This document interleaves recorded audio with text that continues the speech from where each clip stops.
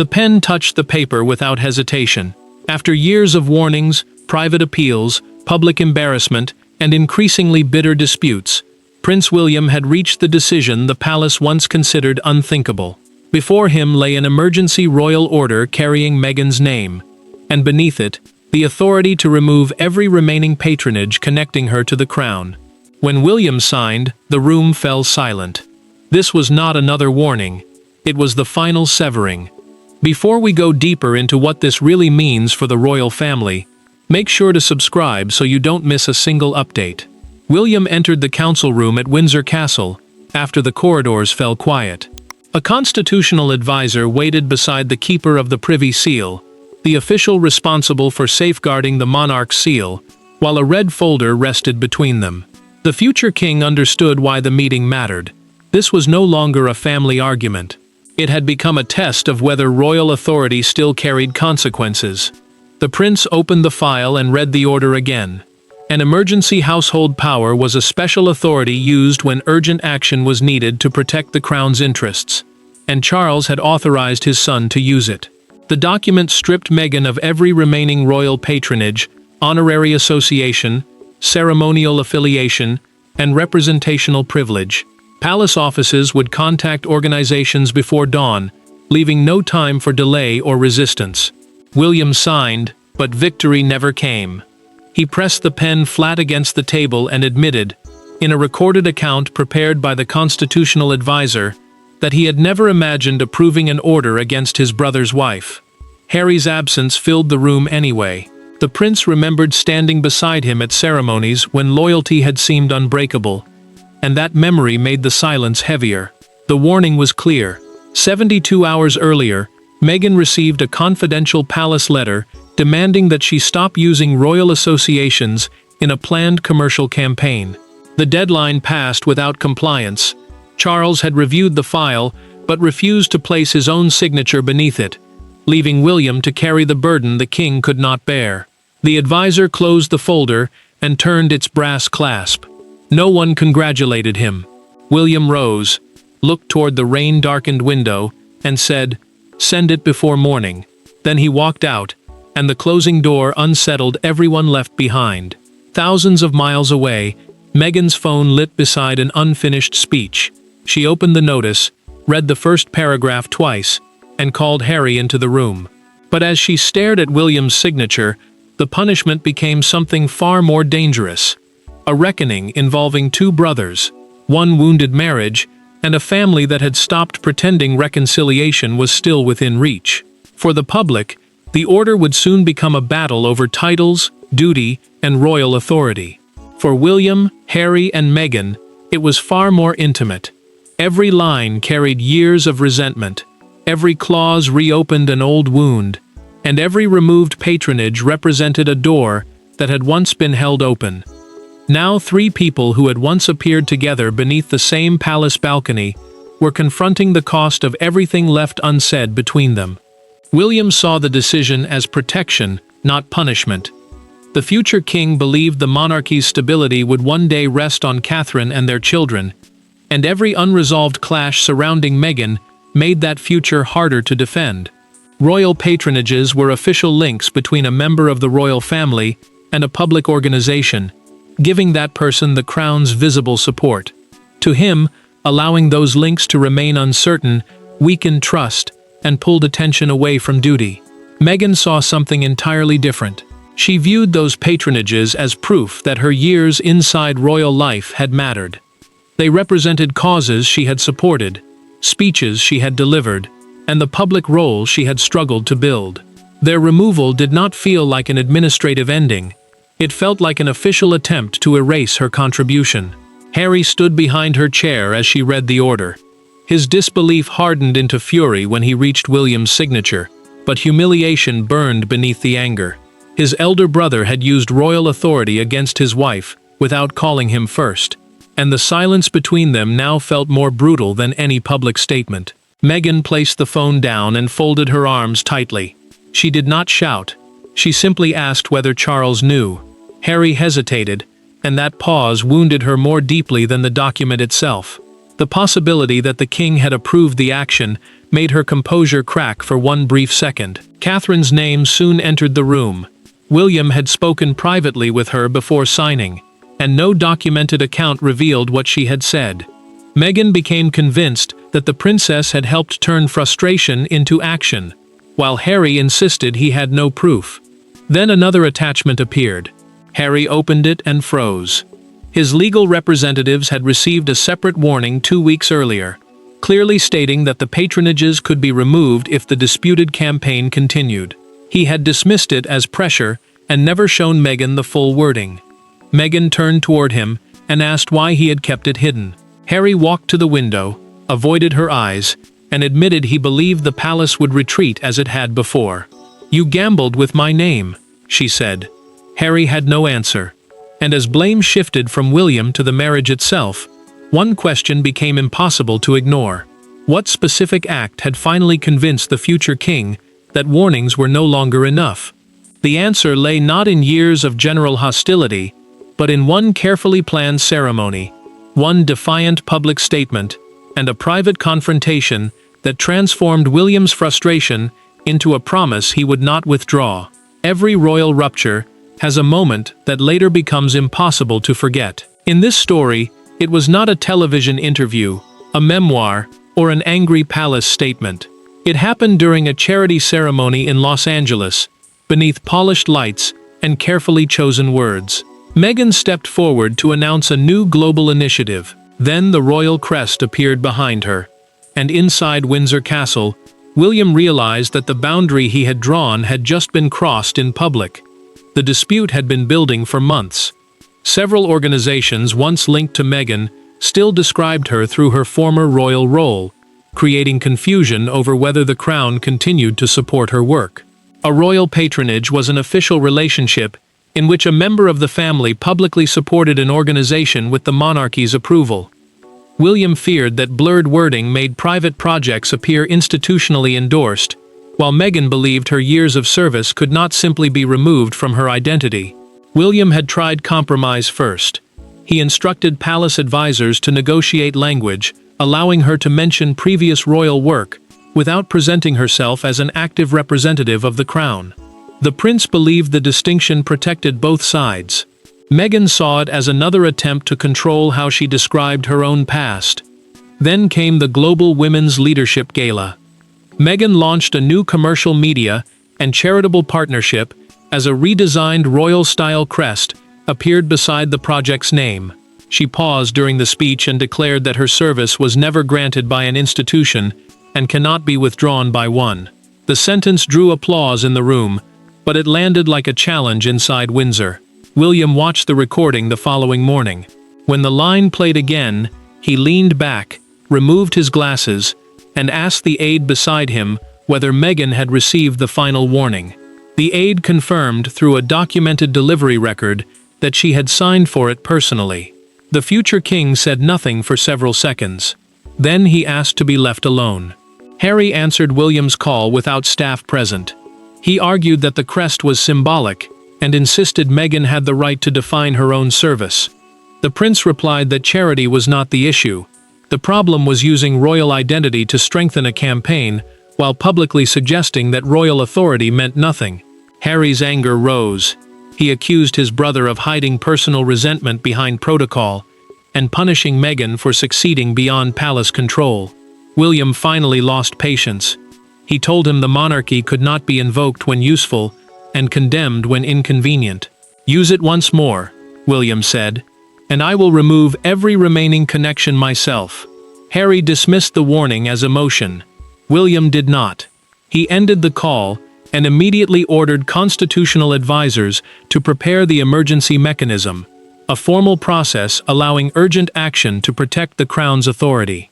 Catherine entered moments later and noticed the untouched briefing papers. She asked what had happened. William placed the receiver down slowly and answered, "He has chosen not to believe me." When Meghan learned that the gala had been treated as open defiance, she demanded to confront him directly. What followed was no longer a disagreement carried through advisors and legal language. It was a face-to-face collision between William and Meghan, with Harry watching the last remnants of family restraint disappear between them. The meeting began without raised voices.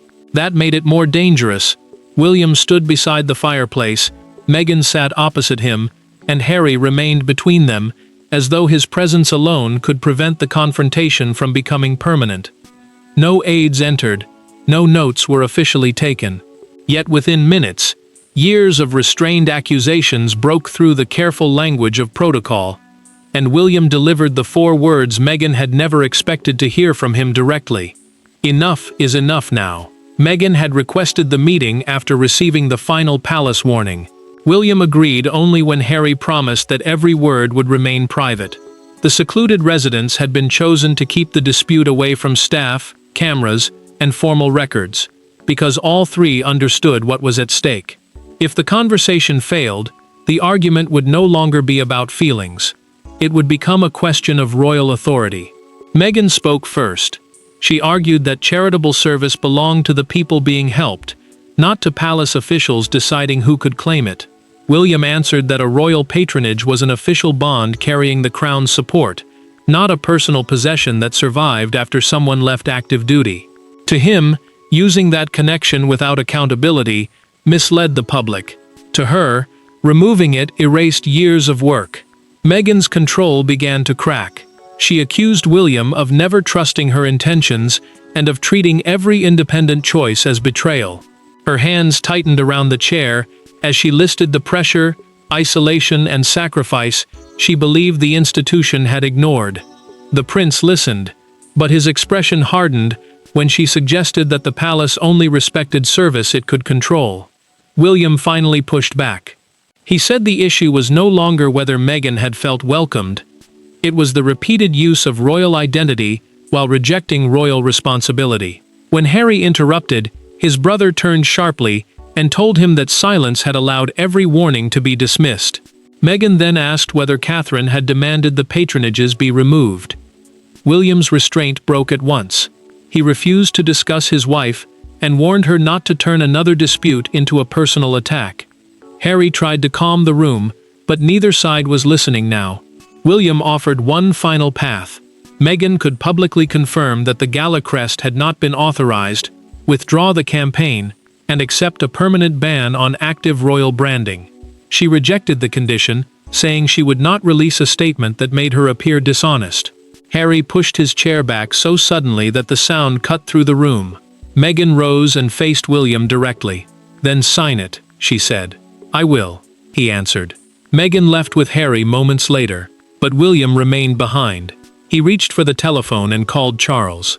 The argument had ended as a family matter, yet his signature alone could not have carried such force, and behind his decision stood a quieter transfer of authority, one that revealed how much control the king had already placed in his heir's hands.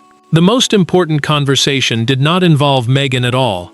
It took place between a father nearing the limits of his emotional endurance and a son preparing to inherit responsibilities no crown could make easier. Charles had spent years attempting to preserve a path back for Harry. William believed that path had become a weapon against the institution. When the emergency file reached the king's desk, Charles was forced to choose between another delay and the authority of his heir. Charles sat alone at Clarence House with the draft order open before him.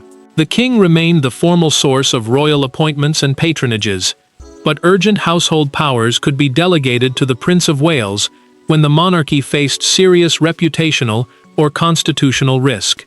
He had already entrusted William with decisions over royal branding, working roles, public representation, and the structure that would one day shape the next reign.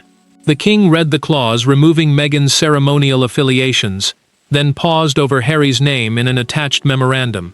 He set the paper down without speaking. Approving the order could deepen his younger son's belief that the family had abandoned him. Refusing it, however, would make every warning meaningless and leave William carrying responsibility without the power to act. William entered the room with no sign of hesitation, but exhaustion followed him. He told his father that he could not be expected to protect the monarchy while being denied the authority to defend it. The prince did not sound rebellious. He sounded worn down by years of uncertainty, public conflict, and boundaries that disappeared whenever enforcing them became emotionally difficult. Charles listened in silence, He understood that another delay would not preserve peace. It would only teach everyone involved that royal authority could be challenged without consequence. Still, the father inside him resisted placing his own name beneath an order that would strike directly at Harry's wife. Then the king reached for a separate document. Charles slid a delegation paper across the desk. A delegation paper was a formal written transfer, allowing another senior royal to use specific powers on the monarch's behalf. He would not sign Meghan's removal order himself. Instead, he granted William emergency authority to complete it, forcing the future king to own both the decision and everything that followed. The monarch imposed one condition: the order could remove patronages, but it could not attack Meghan's character. No insults, no family accusations, no attempt to interfere with her private work beyond royal associations. William agreed without argument. Charles pressed his fingertips against the red folder before releasing it. William took the file but remained seated. For one long moment, father and son looked at each other, both aware that more than patronages had shifted across that desk. The center of royal power had moved closer to the heir. Within hours, palace secretaries began preparing calls to charities, honorary bodies, and ceremonial organizations. And when those calls reached the institutions that once welcomed Meghan as a royal patron, the order ceased to be a private family wound. It became an immediate reality she could neither delay nor reinterpret. By sunrise in London, the removal had already begun. Website biographies changed. Ceremonial listings were rewritten.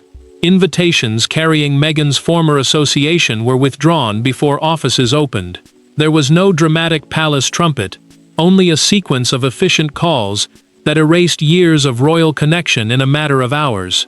In California, Meghan watched the changes appear on her screen one after another, and understood that William had designed the order to leave no time for resistance.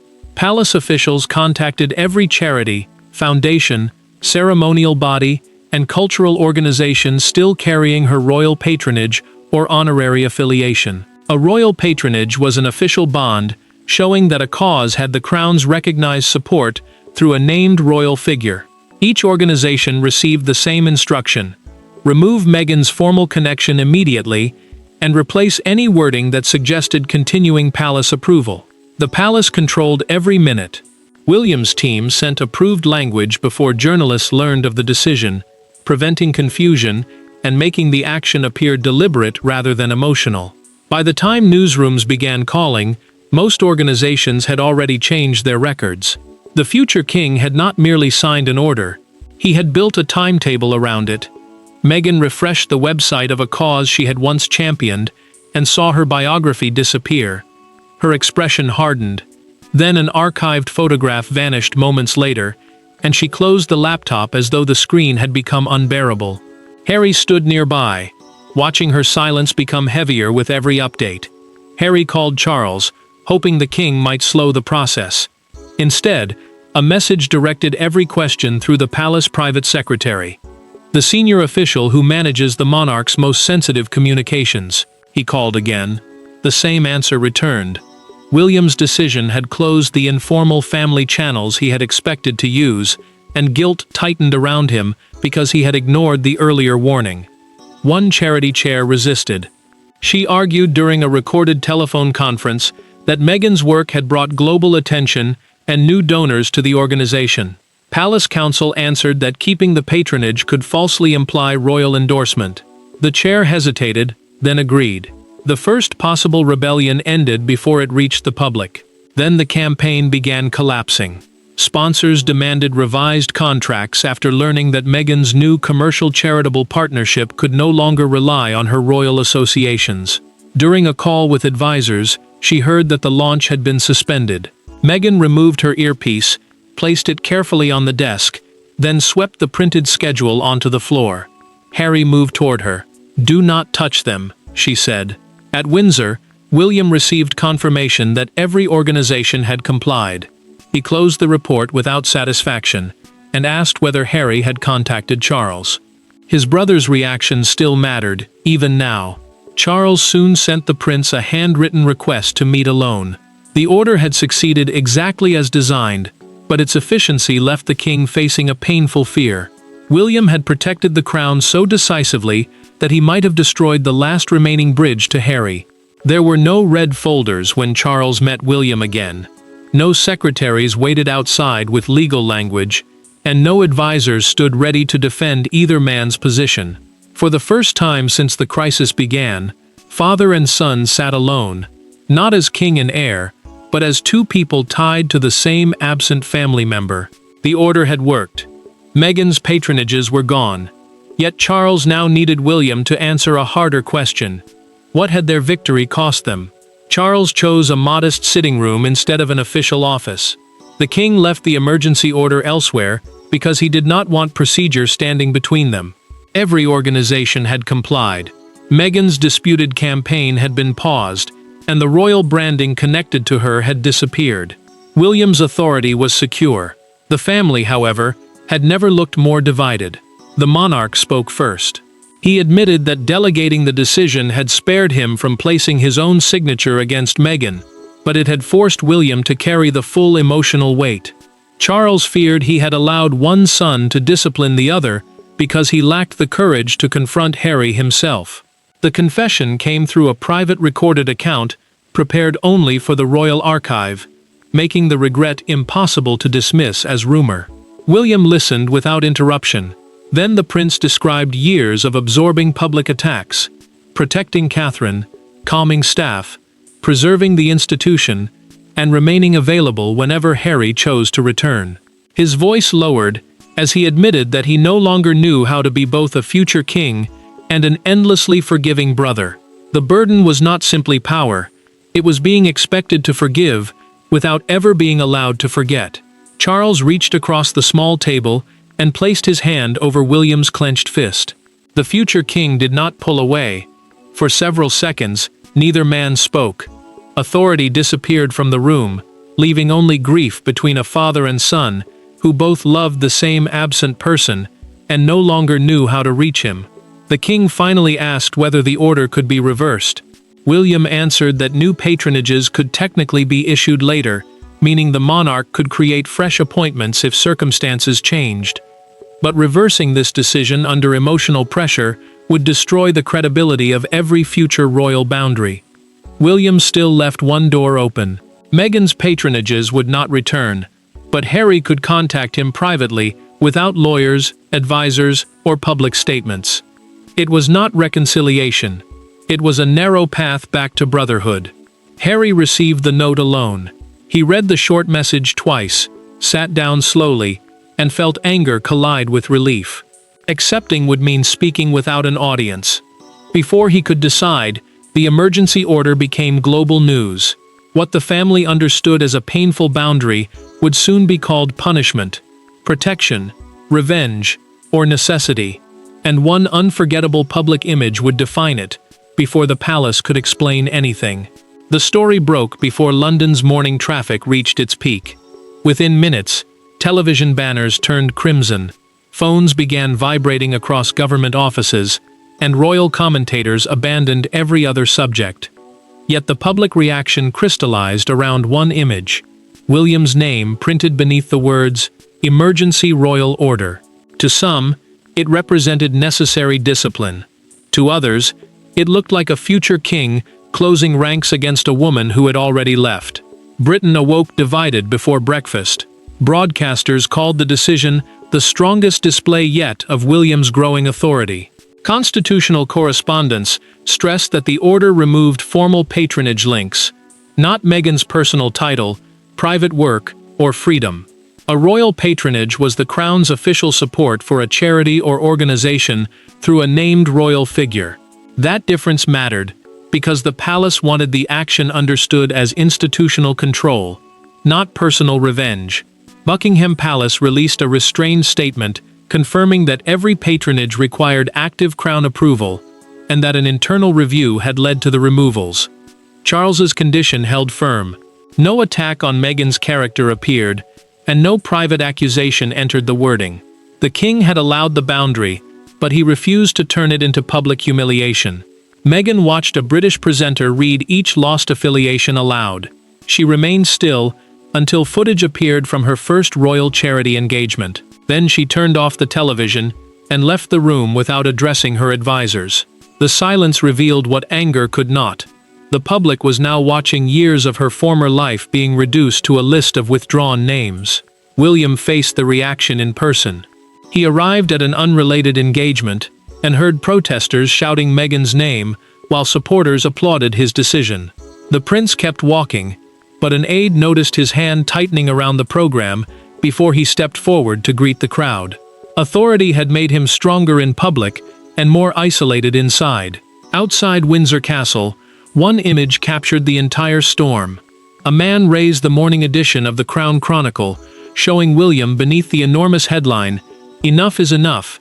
Heir cuts Meghan's final royal ties." Tourists gathered around the paper, while mounted police watched, and photographs of that moment spread within minutes.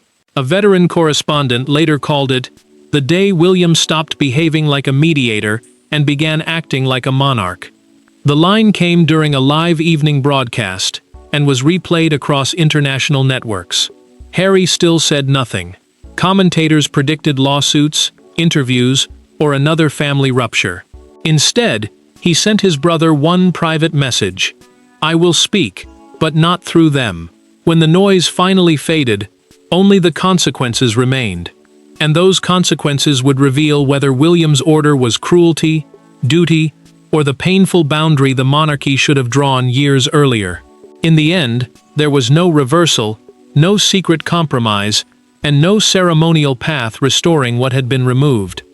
Meghan's patronages remained with the crown, William's order remained in force, and the monarchy moved forward under a boundary that could no longer be misunderstood. The victory carried no celebration.